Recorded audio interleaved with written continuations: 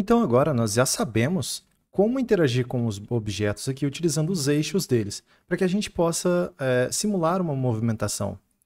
Só que dessa forma fica um pouco estranho, porque eu tenho que pressionar 20 vezes a tecla W, porque mesmo que eu clique, segure e pressione a tecla, ele não vai se mover, olha só. Então, eu clico no S, seguro e nada acontece. Eu tenho que ficar pressionando o S várias vezes. Então, o que eu quero fazer? Eu quero identificar aqui quando meu player está se movendo. Então, basicamente, eu vou vir aqui embaixo e vou colocar que o meu player1.y sempre adiciona um valor. E a gente já viu que isso do que acontece, que vai fazer com que o meu player ele saia se movendo para baixo. E isso o tempo todo. Então, ao invés dele ficar adicionando um valor específico aqui, eu vou vir aqui em cima e vou colocar que o meu player1 tem uma velocidade. Eu vou criar uma nova variável para ele. E essa variável agora recebe o valor de 1.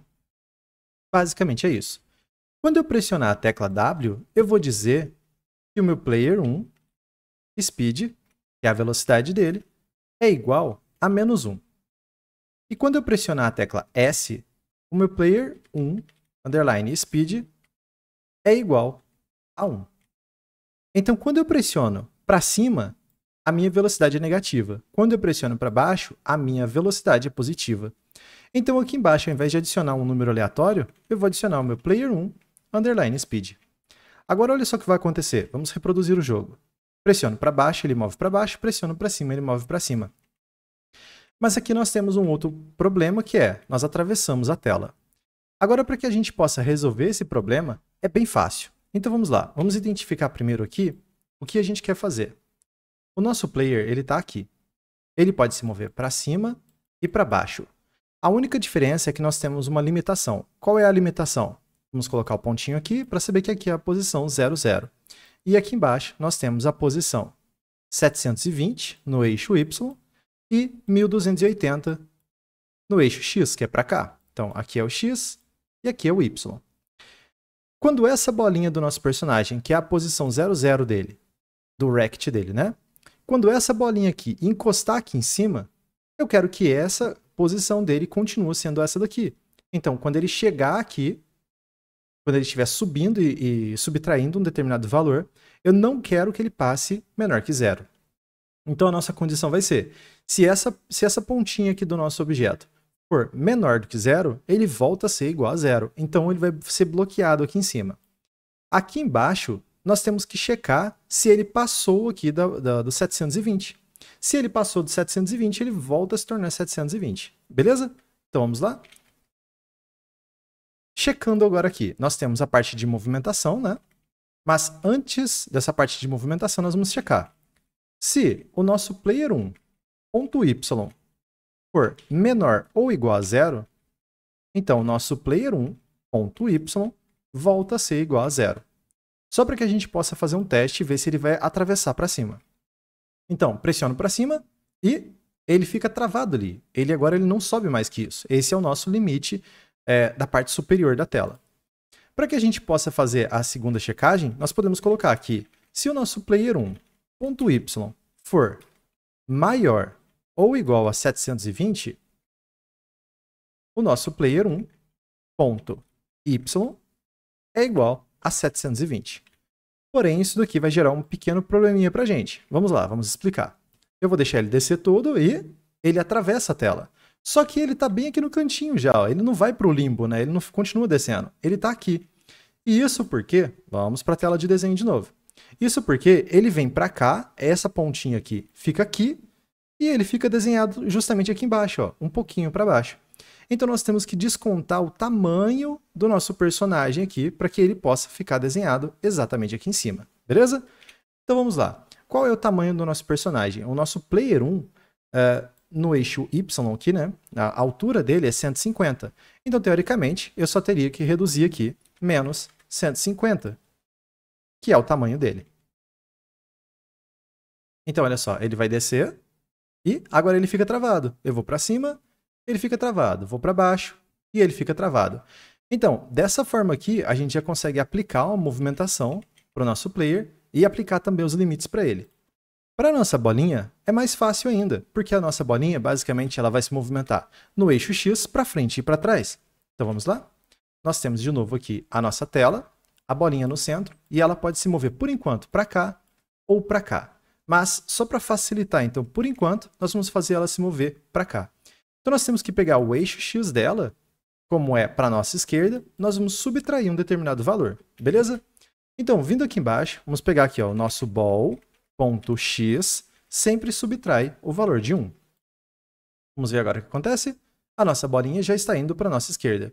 Só que ela atravessa completamente também o mapa.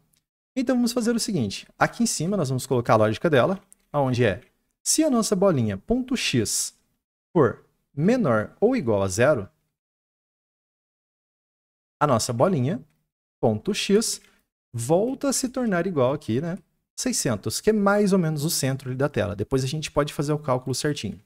Então, vamos criar esse loop, né? Ela foi para lá e voltou para o centro. Passou da tela, foi para o centro. Beleza? Então, dessa forma aqui, a gente já consegue calcular o limite dela no eixo X. E a partir daqui, a gente pode fazer o cálculo de pontuação dela, entre outras coisas, né? Então, vamos lá. Se ela passa para esse canto, ela volta para o nosso eixo X. Mas, se a nossa bolinha .x for maior ou igual aqui, o limite da nossa tela, que é 1280, né? Aí a nossa bola .x volta para a posição original dela, que é 600. Só que aqui, ela vai continuar indo para a nossa esquerda. E agora eu quero fazer o teste do outro lado. E para fazer o teste do outro lado, eu tenho que dizer, então, que a minha bolinha adiciona um determinado valor. Então, vamos ver? Agora ela foi para o outro lado e volta para o centro. Pronto, nós já demos movimentos para o nosso player e para a nossa bolinha. Só que aqui nós temos que corrigir uma outra coisa, onde essa velocidade eu não quero que seja um número inteiro. Então, nós vamos vir aqui em cima, para fins de organização. Então, eu vou chamar um ball, underline, dir, underline, x. Recebe aqui o valor de 1. Tá, o que você fez, Renato? Eu estou dando uma direção no eixo X para minha bolinha, que é igual a 1. É só um nome para ela. Agora, como minha bolinha também tem que se mover no eixo Y, eu vou dizer que ela, no eixo Y, também recebe igual a 1. E o que isso daqui vai modificar? Porque eu quero interagir com os dois eixos o tempo todo durante o jogo. Então vamos lá embaixo lá. A nossa bolinha sempre adiciona o valor de 1. Só que, na verdade, ela vai adicionar a direção X dela. Depois, a nossa bolinha, ponto Y, vai sempre adicionar o nosso ball dir Y. Olha só o resultado que nós temos agora. A nossa bolinha vai descer. Só que como ela vai atravessar o fundo ali, ela vai voltar para cá depois, né? Uma hora ou outra ela vai atravessar o eixo X lá. Agora nós temos que criar um limite para ela, para baixo e para cima. Então vamos lá. Se a nossa bolinha no eixo Y for menor que 0, só para que a gente possa ir por ordem, menor ou igual a 0, então o nosso ball dir Y é multiplicado por menos 1. Por que multiplicado por menos 1? Se o valor é 1, 1 vezes menos 1, menos 1. E se o valor dela já é menos 1 vezes menos 1 é igual a 1. Então, nós vamos ficar trocando, invertendo a posição da direção dela o tempo todo, beleza? Então, passou de 0? No caso, está tentando ser menor que 0? Sim, então inverte a sua posição, vai para o outro lado. Vamos lá? Então, aqui, se a nossa bolinha no eixo Y for maior ou igual a 720, e nesse caso nós temos que descontar aqui menos o tamanho da bolinha, e nós colocamos aqui 15. Então, menos 15. Então, se a nossa bolinha no eixo Y aqui tentar ser maior do que 720, que é o tamanho da nossa tela, o nosso ball dir Y vai ser multiplicado novamente por menos 1. E olha só o resultado que nós temos. Basicamente, opa, eu estou entrando toda hora aqui no chat do Python. Pronto, vamos reproduzir. Ela clica lá embaixo e vai para cima. Passou, clica lá embaixo, vai para cima. Clica novamente, e assim nós criamos esse loop. Agora nós podemos colocar assim. Se a nossa bolinha passar do 1280, eu quero que ela inverta a direção dela, para que ela tente ir para o outro lado. Então, o nosso ball x é multiplicado também por menos 1. E o mesmo acontece se ela atravessar para a gente aqui do lado direito ou o lado esquerdo. Então nós vamos inverter as posições, beleza? Então vamos lá? Ela veio para cá, quicou, foi para o outro lado. Foi para cima, quicou, foi para o outro lado. Pronto. Assim nós acabamos de dar movimentação aqui para o nosso player e para a nossa bolinha. Já o player 2, por enquanto, eu vou colocar uma inteligência um pouquinho limitada para ele, que é o nosso player 2 ponto x sempre vai ser igual. Na verdade, não precisa nem ponto x, né? Porque ele sempre vai ficar travado no eixo dele ali.